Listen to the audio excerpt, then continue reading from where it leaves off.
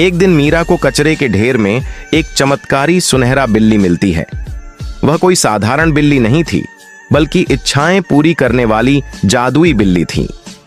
अनजाने में मीरा उसे अपने घर ले आई और मटके के पास रख देती है। अचानक उस बिल्ली से तेज रोशनी निकलने लगी और पीछे से एक रहस्यमयी आवाज आई।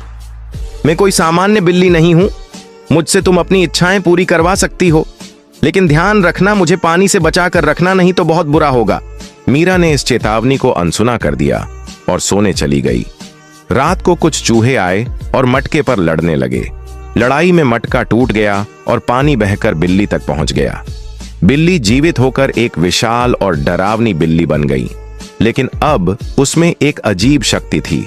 वह हर इच्छा को उल्टा पूरा करती थी। अगली सुबह मीरा ने जब उस बड़ी बिल्ली को देखा तो दंग रह गई। उसे समझ आ गया कि यह कोई साधारण बिल्ली नहीं, बल्कि एक अनोखी ताकत है।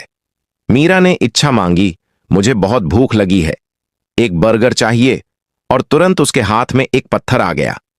मीरा हैरान होकर बोली, मुझे एक पत्थर चाहिए, और इस बार उनके हाथ में गरम गरम बर्गर आ गया। अब मीरा समझ गई कि बिल्ली उल्टा काम करती है। खुशी से नाचते हुए मीरा बोली, मुझे एक सफेद कागज चाहिए, और देखते ही देखते उनके सामने नोटों की ढेर लग गई।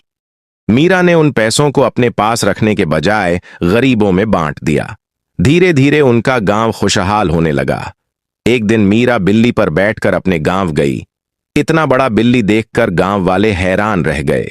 मीरा ने इच्छा मांगी, हमारे गांव को पत्थरों से भर दो, और पल भर में पूरा गांव हीरों से भर गया। लोगों ने हीरों से बड़े बड़े महल बनवाए, और जो गांव कभी गरीब था वह अब अमीर बन चुका था। लेकिन फिर भी मीरा रोने लगती है, क्योंकि किसी ने लाइक सब्सक्राइब नहीं किया